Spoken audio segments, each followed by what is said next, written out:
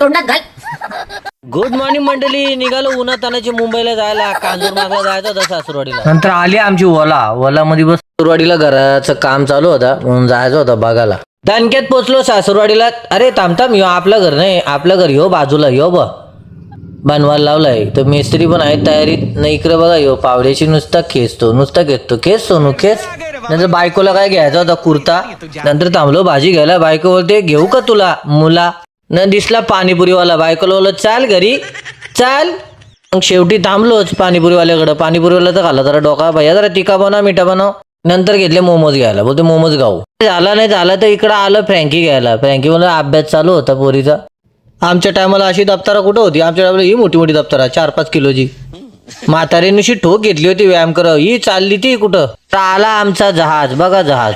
नंतर ओलामध्ये बूट टेकवला. बूट टेकून बसलो ना. आज मी तुम्हाला दाखवतो बायकाच्या बॅगेमध्ये काय काय असं. बॅग वाच काढून बघितली. बघतो तर काय लय भरत काय काय भरलाय संसार. मग हे असा विषय आहे. म्हणून मग कुठं नेत नाही. त्यांची भरली ना गेलो. मग मुताला गेलो तर बघा पॅन्टीच झाली असते. डॉगेश भाई पक्का भडकला होता नुसता भुकत. मग आम्ही आलो घरी आलो तर बोलत चला आता करू थोडा आराम. चला भेटू नेक्स्ट ब्लॉग मध्ये. आतासाठी टेक केअर. एवढं बाय.